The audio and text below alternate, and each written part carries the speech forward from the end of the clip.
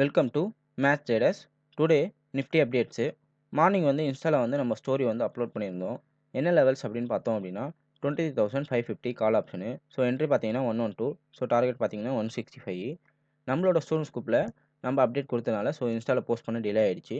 So அந்த லெவலில் நம்ம என்ட்ரி டார்கெட்ஸ் வந்து எடுத்துருந்தோம் அப்படின்னு கேட்டிங்கன்னா ஸோ நம்மளுக்கு எவ்வளோ ப்ராஃபிட் கிடச்சிருக்கும், ஸோ நம்மளோட ஸ்ட்ராட்டஜி வந்து எப்படி ஒர்க் ஆகிருக்கு அப்படின்றத நம்ம பார்ப்போம். ஸோ இங்கே பார்த்தீங்கன்னா 112 வந்து என்ட்ரி எடுத்திருந்தோம். ஸோ என்ட்ரி எடுத்தது வந்து மார்க்கெட் பார்த்தீங்கன்னா நம்மளுக்கு 165 வந்து ரீச் ஆகிருக்கணும். ஸோ 165 எப்படி ரீச் ஆயிருக்குன்னு கேட்டிங்கன்னா ரிவர்ஸ் ஆகி தான் ரீச் ஆயிருக்கு. ஸோ அதுக்கு தான் நம்ம வந்து ஸ்டாப் லாஸ் அப்படியுமே ப்ரொவைட் பண்ணுறோம். ஸோ நம்மளோட ஸ்ட்ராட்டஜியை லேர்ன் பண்ணணும்னு நினச்சிங்க அப்படின்னா ஸோ நம்மளோட இன்ஸ்டா பேஜை ஃபாலோ பண்ணுங்கள், ரெகுலர் அப்டேட்ஸை வாட்ச் பண்ணுங்கள்.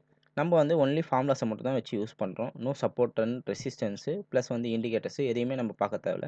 ஜஸ்ட் மார்க்கெட் இருக்கிற வேல்யூவை கலெக்ட் பண்ணி நம்மளோட ஃபார்முலாவில் அப்ளை பண்ணி வர வேல்யூஸை நம்ம என்ட்ரி டார்கெட்ஸாக வந்து யூஸ் பண்ணணும். ஸோ அவ்வளோதான் நம்மளோட ஸ்ட்ராட்டஜி. ரொம்ப சிம்பிளான மெத்தட்ஸ் தான். ஸோ 50 பாயிண்ட்ஸுக்கு நம்மளுக்கு எவ்வளோ ப்ராஃபிட் கிடச்சிருக்கும் அப்படின்னு கேட்டிங்கன்னா ஆல்மோஸ்ட் வந்து 53 பாயிண்ட்ஸு. ஸோ 112லேருந்து 165 ஸோ மைனஸ் பண்ணோம் அப்படின்னா 53 பாயிண்ட்ஸு. 53 பாயிண்ட்ஸுக்கு நம்மளுக்கு 75 குவான்டிட்டி வச்சு 3,900 வந்து ப்ராஃபிட் புக் பண்ண முடிஞ்சிருக்கு.